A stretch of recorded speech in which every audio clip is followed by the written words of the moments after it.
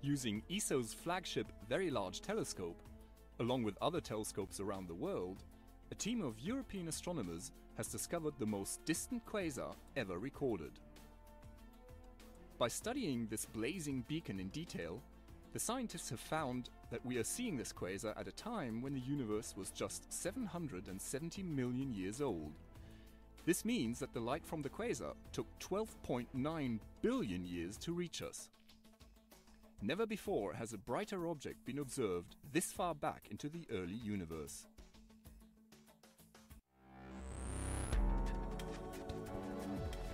This is the ESOcast, cutting-edge science and life behind the scenes of ESO, the European Southern Observatory, exploring the ultimate frontier with our host Dr. J, aka Dr. Joe Liske.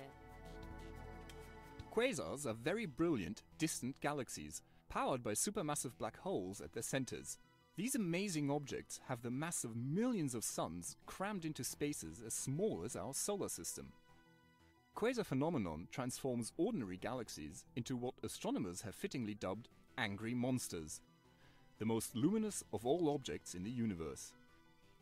And ESO's Very Large Telescope, better known as the VLT, helped to discover the farthest of these impressive objects ever observed. Back in the early universe, galaxies contained much more gas and dust than we see in them today.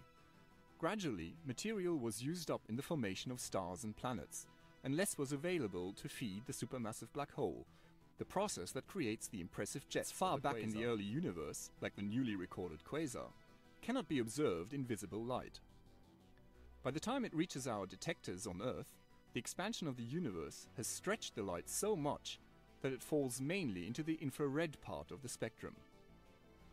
In addition, quasars in the early universe are extremely rare, and so in order to find this object in the first place, the team of astronomers had to spend 5 years painstakingly examining huge lists of objects from an infrared survey made by the Herbert telescope, before they finally struck gold.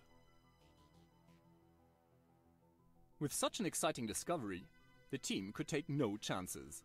They had to validate their findings. Using the Force 2 instrument on the VLT, along with instruments on the Gemini North telescope, a redshift of 7.1 was confirmed. This corresponds to such an extraordinary distance that it took the light from the quasar 12.9 billion years to reach us. Despite the vast distance, the quasar's extreme brightness made it possible to identify other characteristics using the same two telescopes.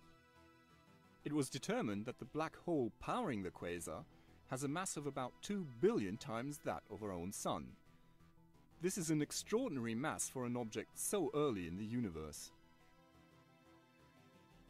Since current estimates say there should only be around 100 bright quasars at this distance across the entire sky, finding this object was a huge challenge. It was a great bonus that it has proved to be even more distant than the astronomers expected. This quasar is a vital probe into the early universe and will help us understand how black holes grew just a few 100 million years after the Big Bang.